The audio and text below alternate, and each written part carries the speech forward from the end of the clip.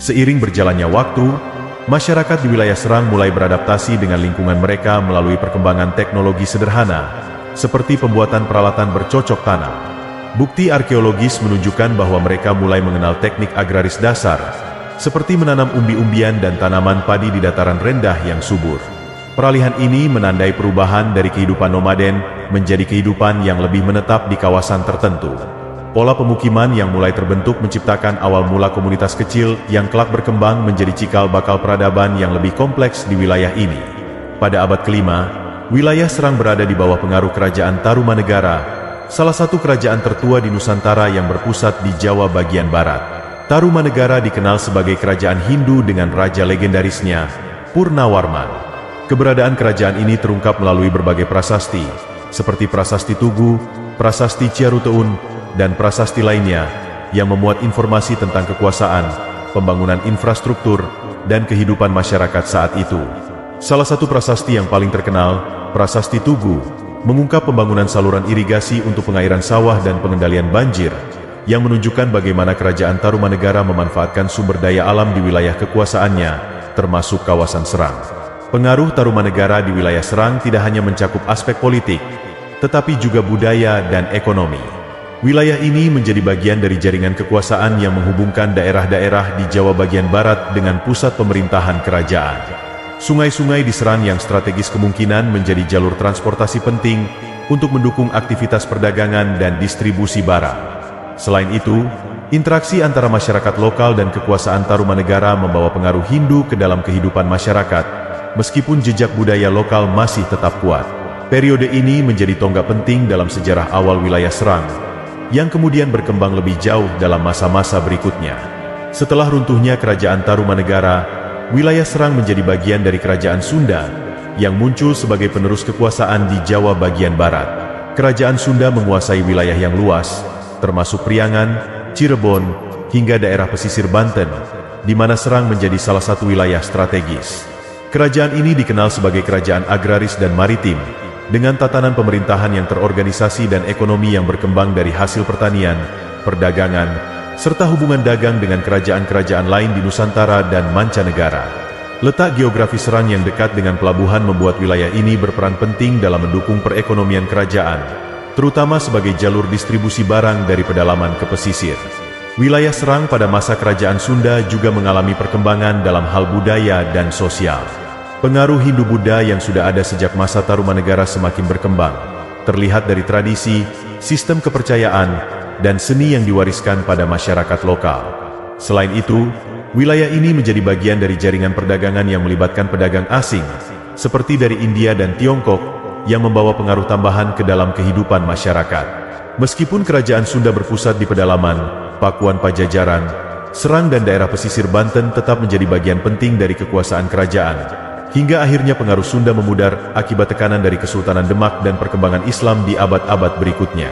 Pada abad ke-10 hingga abad ke-15, Banten Girang muncul sebagai salah satu pusat pemerintahan dan perdagangan penting di wilayah Banten, termasuk daerah Serang. Terletak di tepian Sungai Cibanten, Banten Girang memiliki lokasi strategis yang menghubungkan daerah pedalaman dengan kawasan pesisir. Posisi ini membuatnya menjadi simpul perdagangan regional dan internasional, tempat para pedagang dari berbagai daerah, termasuk Nusantara, India, dan Tiongkok, berinteraksi dan berdagang. Beragam komoditas, seperti rempah-rempah, hasil bumi, dan barang-barang kerajinan, diperdagangkan di kawasan ini, menjadikannya pusat ekonomi yang berkembang pesat. Selain sebagai pusat perdagangan, Banten Girang juga memainkan peran penting dalam pemerintahan. Bukti arkeologis, seperti reruntuhan candi dan peninggalan artefak Hindu-Buddha, menunjukkan bahwa wilayah ini pernah menjadi pusat kekuasaan yang memiliki hubungan erat dengan kerajaan Sunda. Struktur sosial dan keagamaan di Banten Girang mencerminkan pengaruh Hindu-Buddha yang dominan sebelum datangnya Islam. Namun, seiring waktu, peran Banten Girang mulai menurun ketika Islamisasi semakin meluas di wilayah Banten, terutama setelah berdirinya Kesultanan Banten pada abad ke-16, yang kemudian mengalihkan pusat kekuasaan dan perdagangan ke kawasan pesisir yang lebih strategis. Pada abad ke-15, para pedagang Muslim dari Gujarat, Persia, dan Arab mulai memperkenalkan agama Islam ke wilayah Serang dan sekitarnya. Kedatangan mereka bukan hanya membawa barang dagangan, tetapi juga nilai-nilai keagamaan yang perlahan diterima oleh masyarakat setempat. Hubungan dagang yang erat antara wilayah pesisir Banten dengan pelabuhan-pelabuhan internasional menciptakan peluang untuk pertukaran budaya dan agama. Pedagang Muslim memanfaatkan interaksi ini untuk menyebarkan ajaran Islam yang awalnya diterima oleh kalangan elit dan pedagang lokal. Proses Islamisasi di Serang dipercepat oleh peran aktif ulama dan mubalik yang ikut serta dalam kegiatan perdagangan. Mereka tidak hanya berdagang, tetapi juga membangun hubungan sosial dengan penduduk setempat melalui dakwah dan pengajaran agama. Keunggulan ajaran Islam yang menekankan nilai-nilai egalitarianisme dan kemudahan dalam beribadah membuatnya diterima dengan baik oleh masyarakat lokal. Masuknya Islam juga membawa pengaruh besar dalam tatanan sosial dan budaya di wilayah ini, menggantikan dominasi Hindu-Buddha yang sebelumnya menjadi kepercayaan utama. Proses ini menjadi fondasi penting bagi pembentukan Kesultanan Banten di kemudian hari, di mana Islam menjadi agama resmi yang menyatukan masyarakat.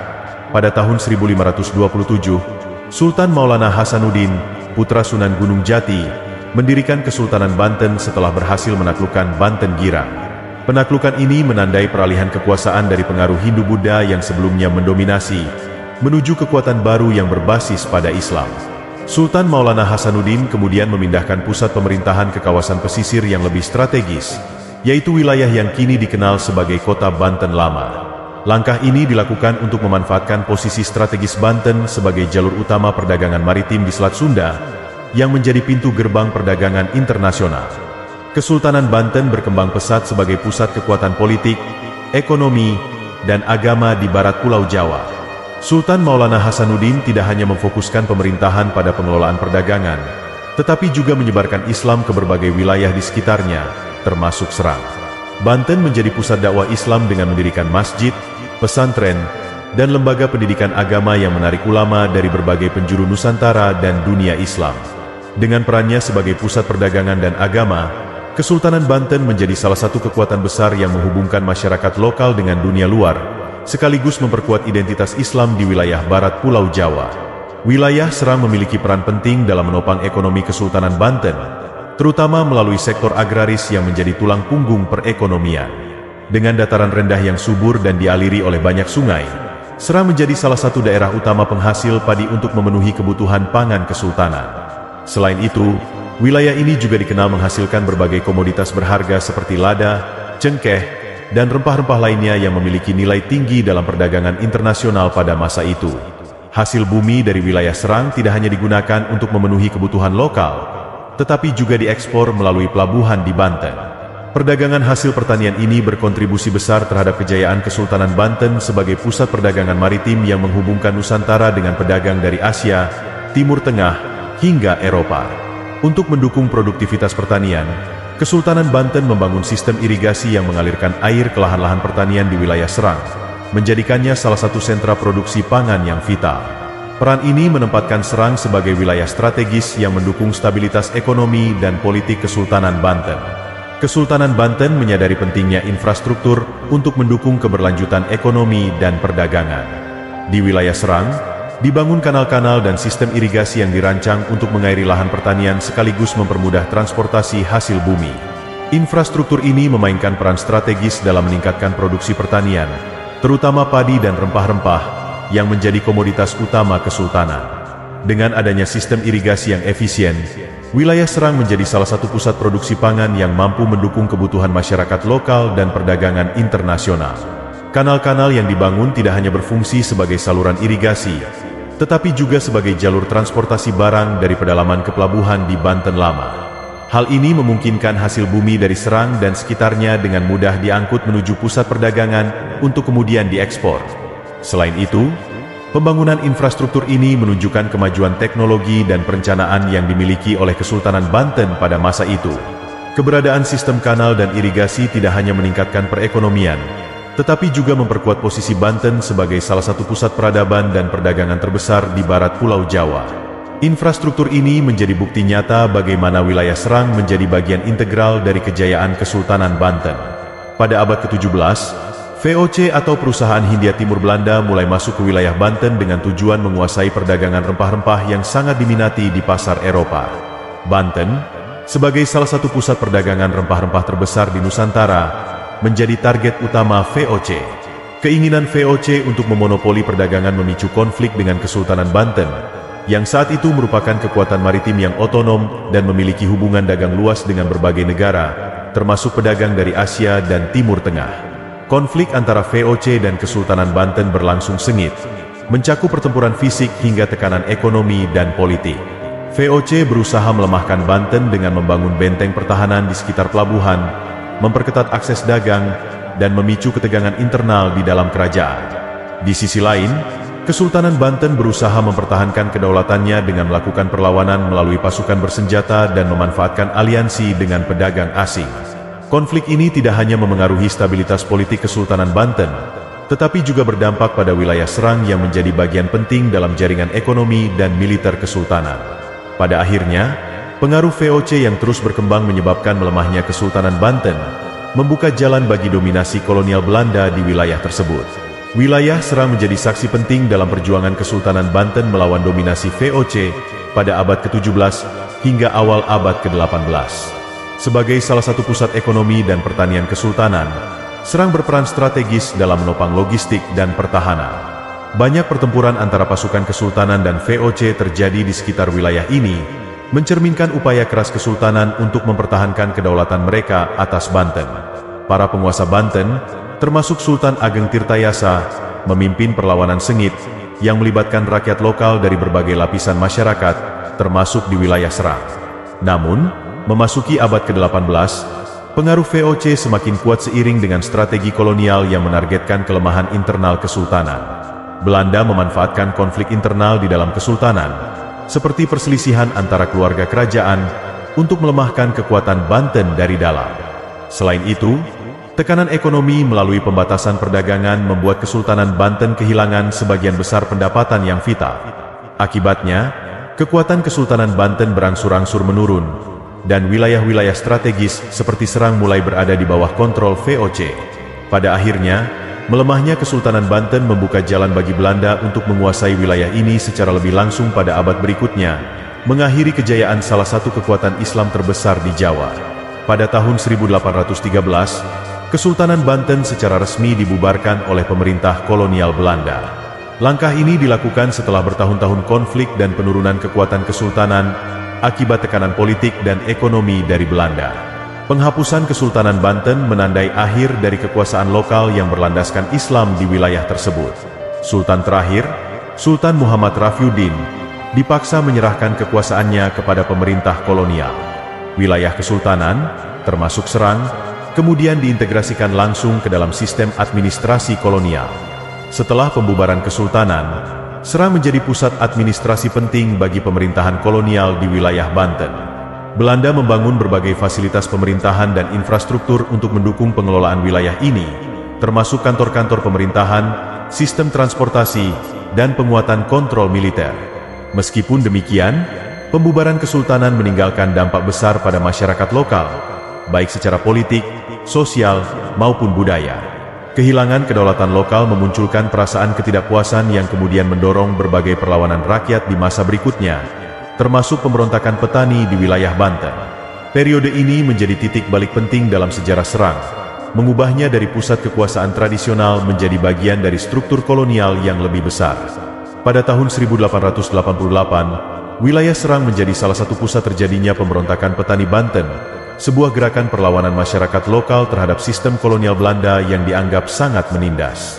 Pemberontakan ini dipicu oleh berbagai tekanan yang dialami oleh petani, seperti pajak yang tinggi, kerja paksa, rodi, dan monopoli perdagangan oleh pemerintah kolonial. Kebijakan kolonial ini menyebabkan penderitaan yang mendalam di kalangan rakyat, terutama petani yang bergantung pada hasil bumi untuk bertahan hidup. Gerakan ini tidak hanya berakar pada masalah ekonomi, tetapi juga dipengaruhi oleh semangat keagamaan. Banyak tokoh Islam setempat yang memimpin pemberontakan ini, menginspirasi rakyat dengan seruan jihad melawan ketidakadilan kolonial. Para petani dari berbagai desa di wilayah Banten, termasuk Serang, bergabung dalam pemberontakan ini dengan menyerang kantor-kantor pemerintahan dan pos-pos militer Belanda.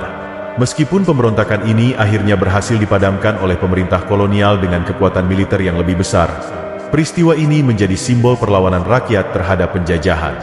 Pemberontakan petani Banten meninggalkan jejak sejarah yang penting, mencerminkan semangat perjuangan masyarakat lokal dalam melawan ketidakadilan dan penindasan. Selama masa pendudukan Jepang pada Perang Dunia II, wilayah Serang memiliki peran strategis sebagai basis logistik untuk mendukung kepentingan Perang Jepang.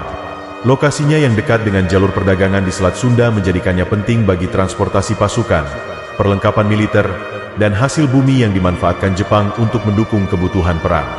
Infrastruktur yang sebelumnya dibangun oleh Belanda, seperti jalur kereta api, diperkuat dan diperluas oleh Jepang untuk mengoptimalkan distribusi logistik. Pendudukan Jepang membawa dampak besar bagi masyarakat di wilayah Serang. Selain penguatan infrastruktur, Jepang juga menerapkan kerja paksa atau romusha, di mana rakyat lokal dipaksa bekerja dalam kondisi yang sangat berat untuk membangun fasilitas seperti jalur kereta api, jalan, dan instalasi militer. Kondisi ini menyebabkan penderitaan yang luar biasa bagi masyarakat, dengan banyak korban jiwa akibat kelaparan, penyakit, dan perlakuan buruk dari tentara Jepang. Meskipun hanya berlangsung beberapa tahun, pendudukan Jepang meninggalkan kenangan pahit di wilayah Serang, yang kemudian memicu semangat perlawanan saat memasuki masa perjuangan kemerdekaan. Infrastruktur yang diperkuat selama masa ini, seperti jalur kereta api, masih menjadi salah satu peninggalan penting yang memengaruhi perkembangan wilayah Serang pasca kemerdekaan. Setelah proklamasi kemerdekaan Indonesia pada 17 Agustus 1945, masyarakat Serang berperan aktif dalam mempertahankan kemerdekaan dari upaya Belanda untuk kembali berkuasa melalui agresi militer. Wilayah Serang menjadi salah satu basis perlawanan rakyat Banten, di mana berbagai elemen masyarakat, termasuk petani, ulama, dan pemuda, bersatu melawan pasukan Belanda yang ingin merebut kembali kendali atas Indonesia. Semangat perjuangan masyarakat Serang dipengaruhi oleh pengalaman panjang mereka menghadapi penindasan kolonial, sehingga tekad untuk merdeka menjadi sangat kuat. Selama periode ini, Serang menjadi tempat strategis bagi gerakan perlawanan lokal. Berbagai aksi gerilya dilakukan oleh Laskar Rakyat dan pejuang yang berafiliasi dengan Tentara Nasional Indonesia, TNI. Mereka memanfaatkan medan yang terdiri dari sawah, sungai, dan hutan untuk melancarkan serangan terhadap pasukan Belanda. Selain pertempuran fisik, masyarakat juga mendukung perjuangan dengan menyuplai logistik dan informasi kepada para pejuang. Meskipun menghadapi kekuatan militer Belanda yang lebih besar, semangat dan keteguhan rakyat Serang turut berkontribusi dalam mempertahankan kemerdekaan Indonesia, menjadikan wilayah ini sebagai bagian penting dari sejarah perjuangan nasional. Setelah Indonesia merdeka pada tahun 1945, wilayah Serang secara administratif menjadi bagian dari Provinsi Jawa Barat. Sebagai bekas pusat pemerintahan kolonial di Banten, Serang tetap mempertahankan perannya sebagai pusat administrasi regional yang mengelola wilayah di sekitarnya. Infrastruktur yang telah ada sejak masa kolonial, seperti kantor-kantor pemerintahan, jalur transportasi, dan fasilitas publik, mendukung perkembangan wilayah ini sebagai pusat kegiatan administratif dan ekonomi. Selama menjadi bagian dari Jawa Barat, Serang terus berkembang dengan peningkatan fasilitas pendidikan, kesehatan, dan infrastruktur transportasi untuk mendukung aktivitas masyarakat. Posisi strategi Serang, yang berada di jalur penghubung antara Jakarta dan pelabuhan-pelabuhan di Banten, juga menjadikannya sebagai titik penting dalam perdagangan dan distribusi barang. Namun, dalam periode ini, identitas masyarakat Banten, termasuk Serang, tetap kuat dengan mempertahankan tradisi lokal dan warisan budaya Islam yang telah mengakar sejak masa Kesultanan Banten. Peran Serang sebagai pusat administrasi regional menjadi fondasi penting bagi pembentukan Provinsi Banten pada masa berikutnya. Pada tahun 2000, Provinsi Banten resmi dibentuk setelah memisahkan diri dari Provinsi Jawa Barat melalui Undang-Undang Nomor 23 Tahun 2000. Pembentukan provinsi ini dilatar belakangi oleh keinginan masyarakat Banten untuk memiliki otonomi yang lebih besar dalam mengelola wilayahnya, mengingat sejarah panjangnya sebagai kawasan yang kaya akan identitas budaya dan warisan sejarah. Sebagai bagian dari langkah awal pembentukan provinsi, Serang ditetapkan sebagai ibu kota Provinsi Banten karena posisinya yang strategis dan peran historisnya sebagai pusat pemerintahan sejak masa Kesultanan Banten. Penetapan Serang sebagai ibu kota provinsi membawa perubahan besar dalam pengelolaan wilayah dan perkembangan infrastruktur. Pusat-pusat pemerintahan provinsi mulai dibangun di Serang, termasuk kantor gubernur, dinas-dinas pemerintahan, dan fasilitas pendukung lainnya. Selain itu, status sebagai ibu kota provinsi mendorong pertumbuhan ekonomi, perdagangan, dan pendidikan di wilayah ini. Transformasi Serang menjadi pusat pemerintahan Provinsi Banten menegaskan kembali perannya yang strategis dalam sejarah dan pembangunan kawasan, sekaligus memperkuat posisinya sebagai salah satu kota penting di Indonesia. Setelah ditetapkan sebagai ibu kota Provinsi Banten pada tahun 2000, Kota Serang terus berkembang pesat dengan pembangunan infrastruktur modern yang mendukung berbagai sektor.